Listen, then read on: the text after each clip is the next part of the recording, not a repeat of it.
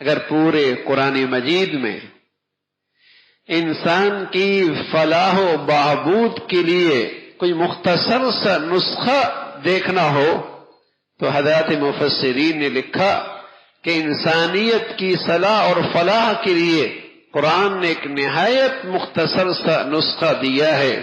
اگر کوئی مسلمان اسے اپنی زندگی کا وظیفہ بنا لے، اپنی زندگی کا وظیفہ بنا لے، تو اسلامی زندگی کے دروازے اس کے لیے کھلتے چلے جائیں گے،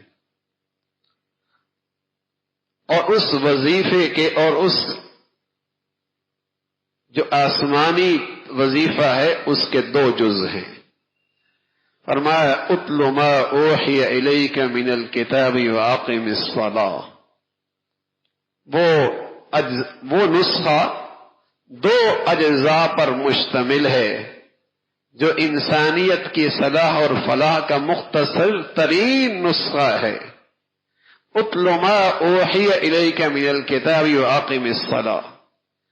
اس کا پہلا جز قرآن کی تلاوت اور اس کا دوسرا جز نماز کا اہتمام.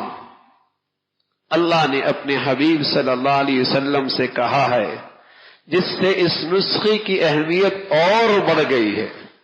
جب اللہ اپنے حبیب کو ایسا پیارا نسخہ دے رہا ہے تو اس نسخے کی عظمت اہمیت اور بھی بڑھ گئی ہے. اگر مسلمان اپنی زندگی کو صلاح اور فلاح کے راستے پہ ڈالنا چاہتا ہے تو اس مختصر نسخے کو اپنی زندگی کا وظیفہ بنا لے کہ ایک نماز کا اہتمام ہو، جیسا بھی ہو، جیسی بھی بن پائے، کسی حال میں اس کی زندگی سے نماز نہ رہے. ایک نماز کا اہتمام. اور دوسری چیز فرمائی اتل ما اوحی، اس قرآن کی تلاوت.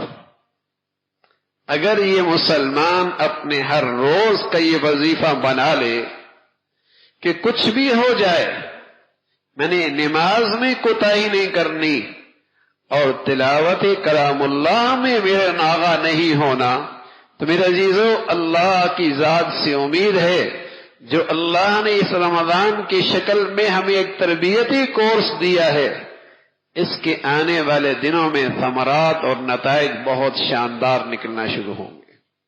تو اس کا اہتمام ہو، اس خوشی کے موقع پہ اس کا عزم کرے کہ کچھ بھی ہو جائے اب نماز ہماری زندگی میں نہیں چھوٹے گی، اور کچھ بھی ہو ہر دن ہم نے کچھ نہ کچھ قرآن کی تلاوت کا اہتمام کرنا ہے.